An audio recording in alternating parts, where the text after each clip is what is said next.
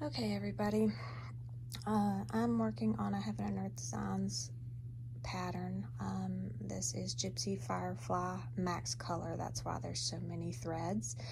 I'm going to show you what all these long threads are and explain what the short ones are. I actually do cross stitching instead of across an entire page. To break that down, I don't know if you can see this on the video, but there are small blocks within here that coincide with the 10 by 10 blocks in your pattern. I actually stitch a section of that page, and usually it's 2 blocks wide by 2 blocks up, and then I only focus on those 4 blocks. So my colors are working up that column instead of working by that row. And then I go row by row within that column. Now I work this direction because I'm doing tent stitch, and then I work back the other direction. So I end up doing continental stitch on every other row. I haven't had any cross stitches end up wonky or cattywampus, so I don't know if that's that my tension's that good or if it's just because I end up with tent stitches on one row and continental stitch on the next, but that is what it works out to be. I am going to show you these big long threads first. The big long threads are actually housed up here in the top of my pattern in these little bobbins. These bobbins are really, really handy. I got them on Amazon. They're flexible bobbins, and you just wrap your thread around them and pull, and it comes off the bobbin. It is a great way to keep these things neat. Otherwise, I would have a big knotted mess. So let me slide those back under. If you want to see what I'm doing, I'm actually sliding them underneath my little grime guard, and it just keeps them in place up out of my way. Okay, I am going to show you on this portion. I finished this section last night, and what I have done is these 4 colors are what's left. I have not finished parking them. Well, I've technically parked them. When I finish a stitch down here and I need to use it in a row above it, I park it in the next place that that symbol is going to be. Once I've parked it, all 4 of these, amazingly enough, are actually all in that row. That usually does not happen. It usually ends up staggered like this. But these 4 are going to get pinned up here. This pinning has absolutely no point to it at all other than to keep them neat and keep them out of the way until I need them again. Because since I have finished this, I'm going to come to this side and work on this group. So to do that, I simply grab one with my needle, I hold at the top, and I pull with my needle, and it pulls that thread.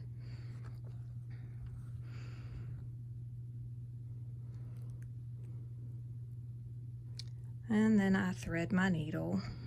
Forgive the brace, guys. I've got tendonitis, so it's a problem. Threaded my needle. Now I'm just going to park it up here. I do an empty hole, and I keep it in this line because it looks really neat. You do not have to do that. It's totally up to you. And then I pull it back up another empty hole, unthread the needle, and then it lays with the rest of those threads. And I am going to do that for all 4 of these. Believe it or not, guys, we are going to get to a stitching spot.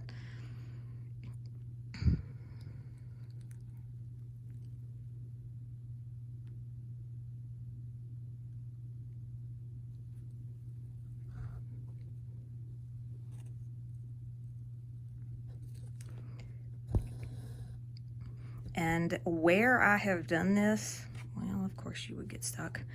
Where I have gone down to pin this and where I come up are arbitrary. You can make that a small joint, you can make that a large one. It's totally up to you. Did I get a knot?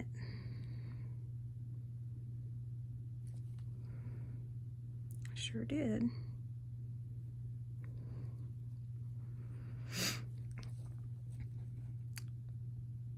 So any of the long threads that you see on my piece, I have actually started doing what is considered a long parking thread.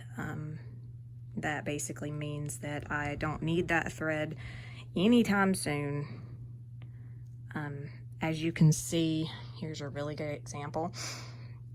In this group of threads that I stitched down here, there was a color that was down here, one of these light ones, and the next instance of that above it was right there. I've parked it right here and then done what I did with all the others. I'm just pinning it at the top.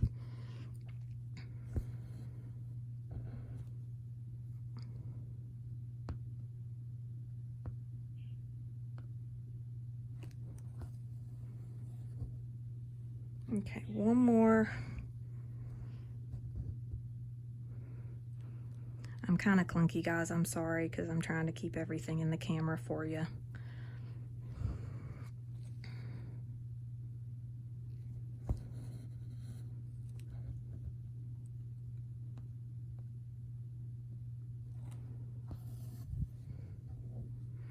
Okay, now that all of these threads belong to colors in this column, with this square and this square all the way up, those threads are now going to go back on a bobbin, and I start near the base and you just wrap it.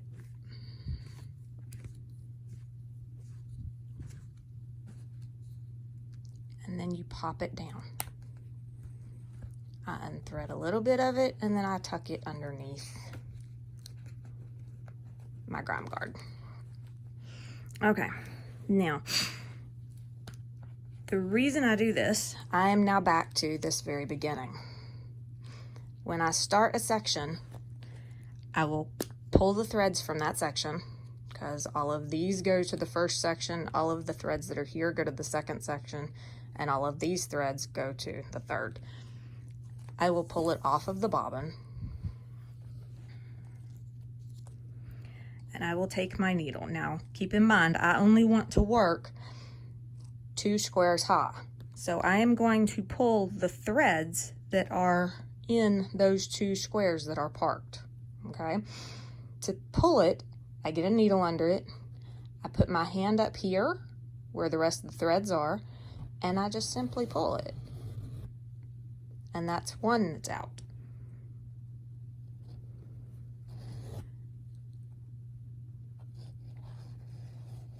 Try to stick to 1 or 2, because as you can see, it will pull up a mess. Now that, all you have to do is simply pull it out the opposite direction, and you won't end up with a bunch of tangles.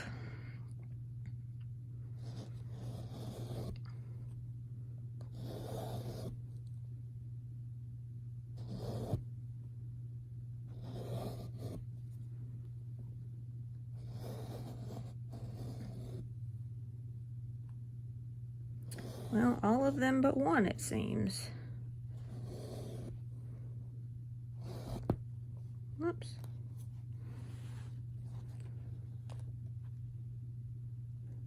What did you do?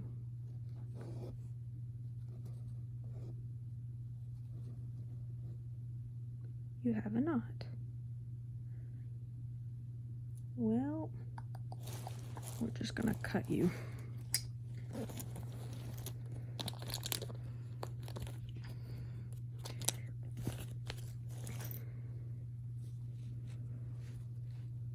Okay, somewhere in this scheme, it ended up with a little knot on the end of it. You can fiddle with it and undo it if you really want to. I don't bother, I just cut them.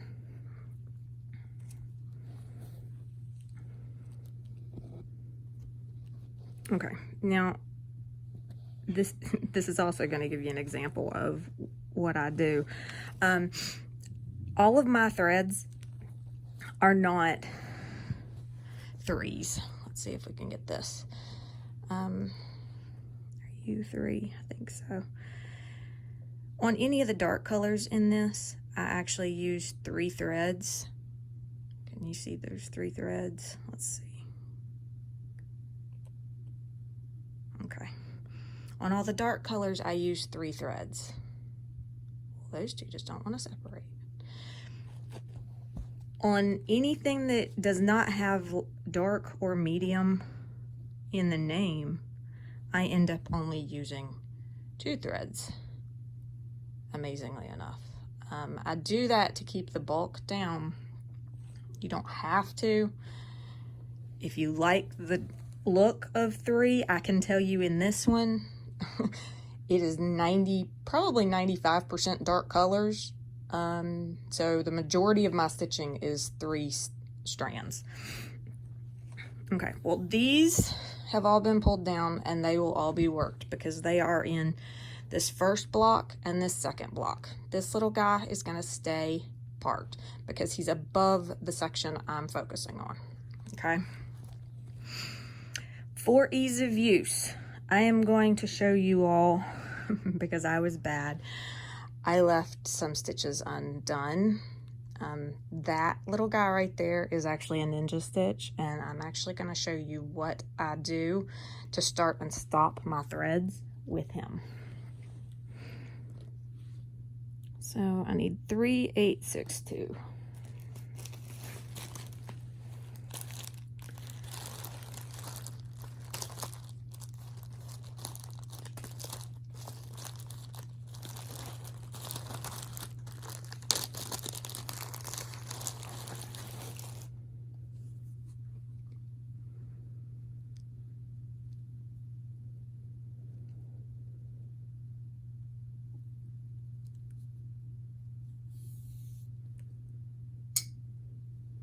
This brace catches absolutely everything. It's not exactly the best thing to use when cross stitching, but it's the only thing I can do to make my thumb not kill me over it.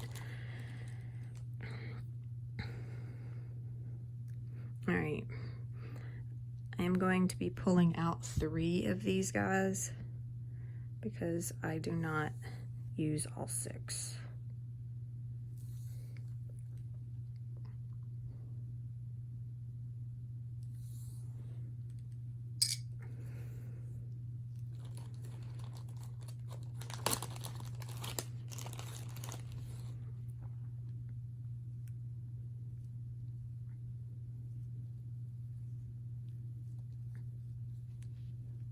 I guess if I'd thought about it, I could have had all this together before, and you wouldn't have to sit and watch me pull out new threads, because heaven only knows we all do that.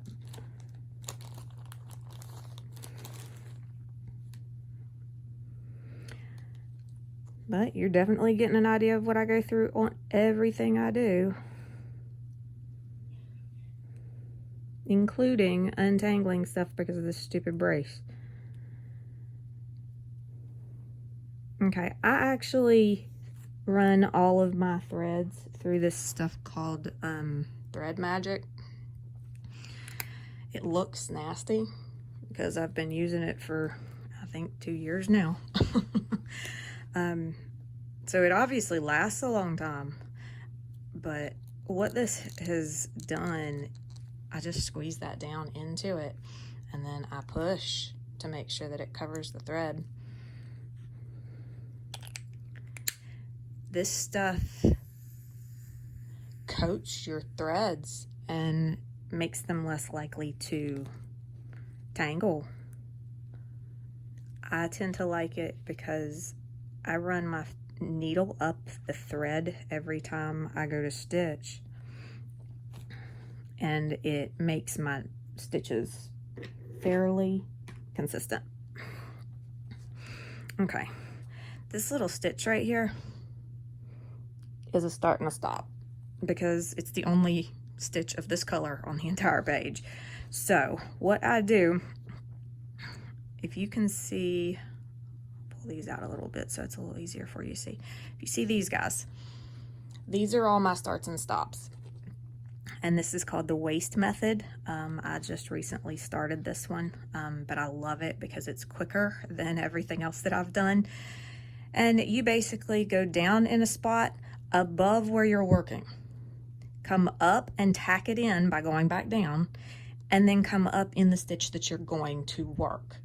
You do this because once you say your stitch is here and all of these are tacked here, once you have stitched up to this line, you can clip these stitches and pull this thread and throw this away, but you have stitched over on the back all of those threads, so they are now secure.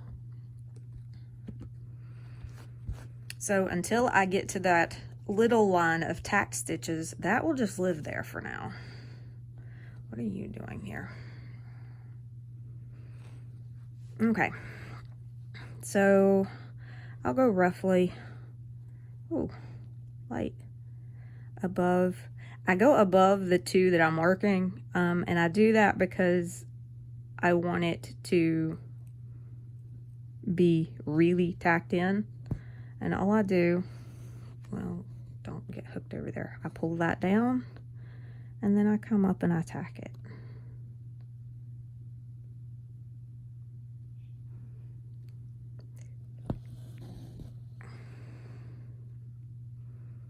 And you can leave this tail as long or as short as you want. It doesn't really matter, because what you're gonna think, what you're shooting for is the back portion getting covered. This is all gonna get trashed. That's the waist.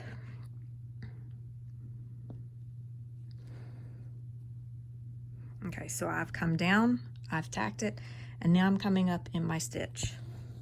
And I'm going to do that stitch.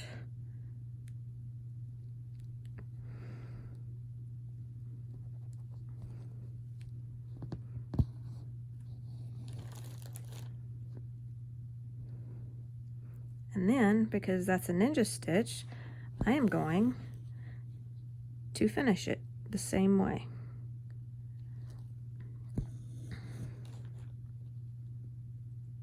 I love this method because it means that I do not have to start and stop or flip my work every time I want to start and stop.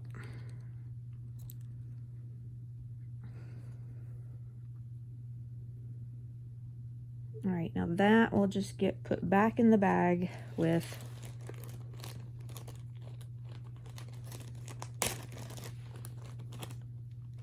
the rest of them.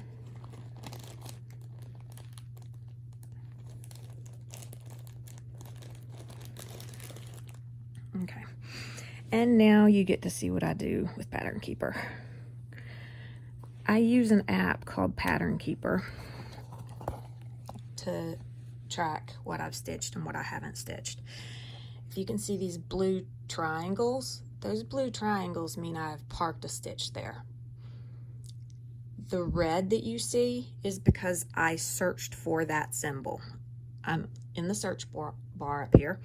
If I click on a symbol in my pattern, it finds all of that symbol on that in the entire pattern and highlights it for me. This is the one I worked. To mark that as done, I have to click on this little marker tab.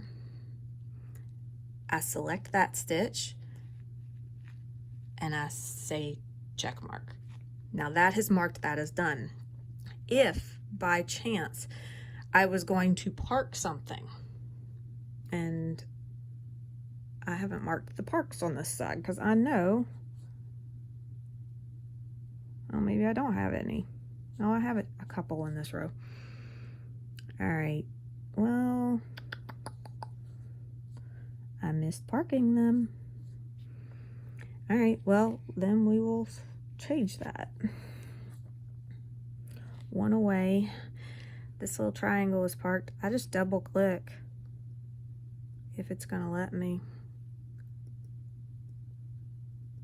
Hello.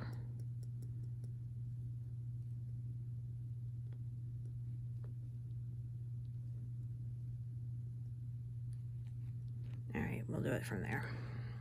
Okay, that one's parked, and 1, 2, 3, 4, 5, 6. The 7th one is 3, 6. So you search you 3, 6, 7 you, and you're parked. All right, well, we'll search for that, and we will do that. Okay, what I'm doing, I am concerned with these 4, and that symbol is not in those 4 squares right now.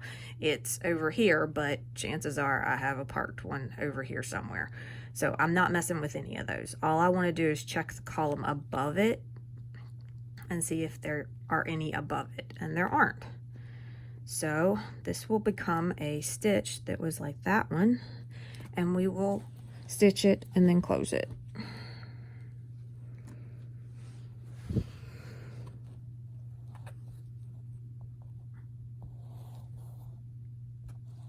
Okay, when I was telling you all earlier, when I start my stitches, I start by holding this thread up. I put the needle at the base and run the needle up the entire thread.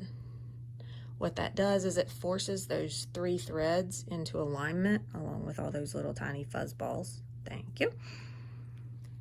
And then when I thread my needle and go to make that first stitch, it makes my stitches really clean.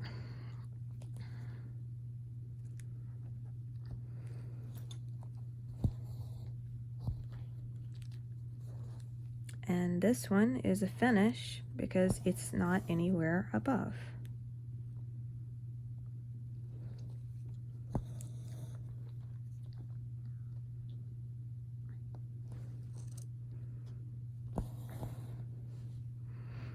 Okay, if this thread, if I'm finishing and this thread is obviously long enough, I will actually use this app to tell me what number it is.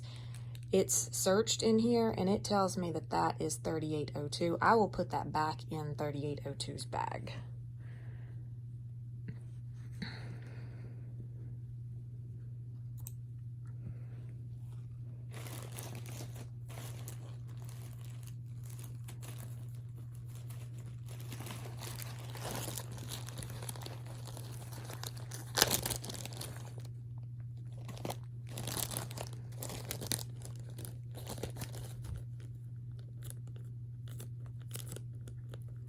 Line up. Now you line up.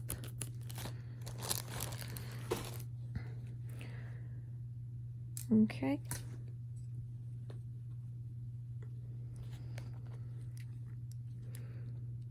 Oops.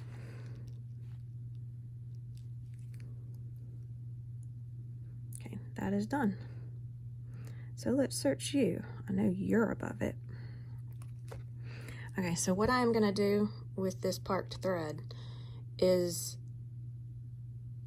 I always start working a row from the left to the right, and then the right to the left, and so on up the column. I work all of the parked threads in a row, and then I go in and I fill in if I need to. In this case, this one is parked, so I will be making this stitch and then parking it again to use later in the one above it.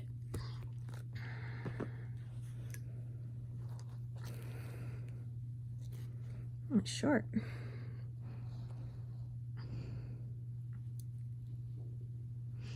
And just in case you all are curious, how I'm doing this is I have the needle in between the two sets of threads on the tail. Well, if I can get it, there we go. The needle is in between them. I pull those two with this finger. I close my thumb over it. As I'm pulling on the needle, it makes it really tight, and then I slip the needle out and squeeze my fingers together. I then flip it and see the eye. If you pull your fingers apart just a little bit, can you see that little tiny dot of color? You line your eye up for that little tiny dot of color and then just wiggle it down. And it threads your needle.